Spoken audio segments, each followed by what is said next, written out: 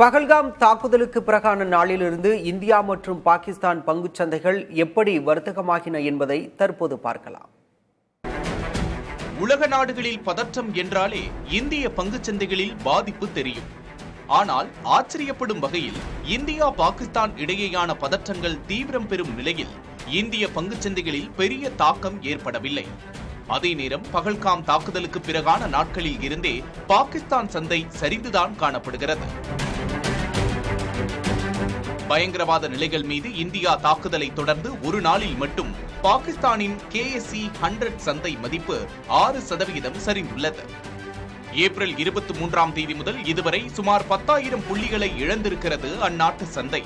மாறாக ஏப்ரல் 22ஆம் தேதி நடந்த பகல்காம் தாக்குதலன்று 79,595 புள்ளிகளில் மும்பை பங்குச்சந்தையின் சென்செக்ஸ் முடிந்தது. தாக்குதல் காரணமாக மறுநாள் சந்தைகள் இறங்கும் என்று எதிர்பார்த்த நிலையில் 80,116 புள்ளிகள் என ஏற்றத்துடனேயே முடிந்தது.